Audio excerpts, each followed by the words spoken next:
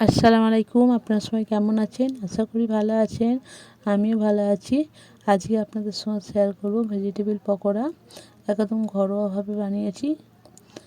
এই শীতের সময় যে সবজিগুলো বাড়িতে থাকে সেই কিছু সবজি দিয়ে বানানো হয়েছে। আর এইভাবে বাচ্চারা কিন্তু এই পকোড়াটা বেশি পছন্দ করবে।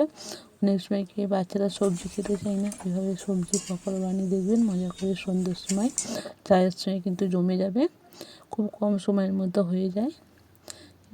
চলুন শেয়ার করছি কী কী লেগেছে। এখানে দেখুন, বাঁধাকপি কুচি নিয়েছি সরু সরু করে, আলু একটা আছে, ধনেপাতা কুচি, গাজর কুচি, পেঁয়াজ কুচি, কাঁচা লঙ্কা কুচি, সমস্ত উপকরণ কুচি নিয়েছি। একটা জায়গায় ঢালছি। প্রথমে বাঁধাকপি দিয়ে দিচ্ছি, তারপর দিয়ে দেবো আলু। আলুটাকে কিন্তু সরু সরু করে চিকন করে কেটে নিতে হবে, যতটা সরু করে পারবেন। গাজরটাকেও তাই সরু সরু করে কেটে নিয়েছি। তারপর কাঁচা লঙ্কা দিয়ে দিলাম। এবার পেঁয়াজ দিয়ে দেবো। পেঁয়াজটা এখানে মিডিয়াম সাইজের 2টো পেঁয়াজ দিয়েছি।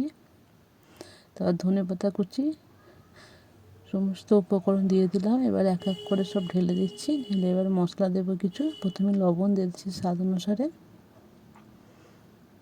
তারপর দিয়ে দেবো জিরা গুঁড়ো, তারপর একটু মরিচ গুঁড়ো, তারপর হলুদ গুঁড়ো, ধনিয়া গুঁড়ো।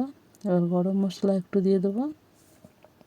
এখানে আমি আলু চালের আটা দিয়ে দিচ্ছি। তারপর বেসন দিয়ে দেবো। এটা আপনারা যখন তৈরি করবেন বুঝতে পারবেন কতটা লাগবে কি না লাগবে। আমি এখানে অল্প করে একটু জল দেব।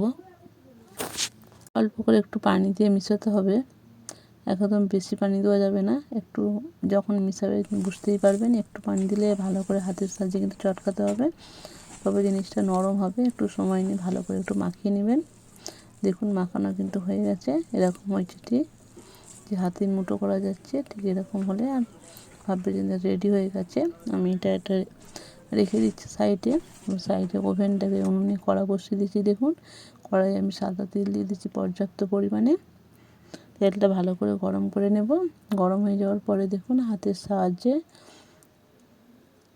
এইভাবে চেপে যে কোনো শেপে করে নিতে পারেন। আমি প্রথমে এরকম লম্বা শেপ দিয়ে দিচ্ছি। আমি এখানে 2 রকম শেপে ভাজবো,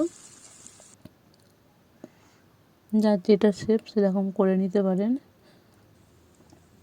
আঁচটা কিন্তু একদম মিডিয়াম থেকে লো রাখতে হবে। আর তেলটাকে ভালো করে গরম করে নিতে হবে। তারপর আঁচটাকে কমিয়ে ভেজে নিতে হবে। তবে জিনিসটা খেতে ভালো লাগবে, মচমচে হবে, আর ভিতরটা কিন্তু কাঁচা থাকবে না। যেগুলো লাল লাল হয়ে গেছে আমি উল্টে দিচ্ছি এক এক করে। যদি ভিডিওটা কোনো অংশে ভালো লেগে থাকে অবশ্যই পাশে থাকবেন। চ্যানেল নতুন হলে চ্যানেলটাকে সাবস্ক্রাইব করবেন, একটা লাইক দিয়ে ভিডিওটা দেখবেন।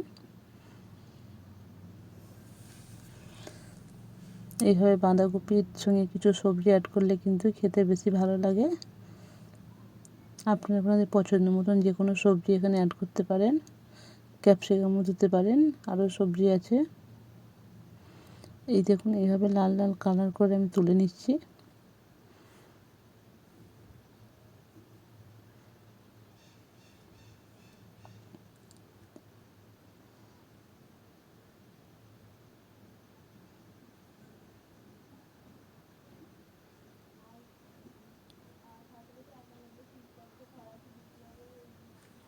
এইগুলো সব তুলে নিলাম। তুলে আবারও আরেকটা গোল শেপে দিয়ে দিয়েছিলাম, সেটা দেখুন এরকম গোল গোল করেছি। করে আমি এটাও লাল লাল করে আঁচটাকে মিডিয়াম থেকে লো রেখে ভেজে নিতে হবে। মিডিয়াম টু লো রেখে এটাও হয়ে গেছে। আমি এক এক করে যেগুলো লাল লাল হয়েছে লাল করে সব তুলে নিয়েছি দেখুন। আর খেতেও কিন্তু ভীষণই মজা, এতটাই টেস্ট হয়েছে কি বলবো। মনে হবে না যে ভেজিটেবিল পকোড়া অন্য কিছু সবজি আছে, মনে হবে যেন অন্য কিছু খাচ্ছি। দেখুন একটা জায়গায় তৈরি করে নিয়েছি। এখানে ভিডিওটা শেষ করছি। সবাই ভালো থাকবেন, সুস্থ থাকবেন। প্রথমে আমার ছেলে টেস্ট করছে, খেতে কিন্তু ভীষণই মজা হয়েছে।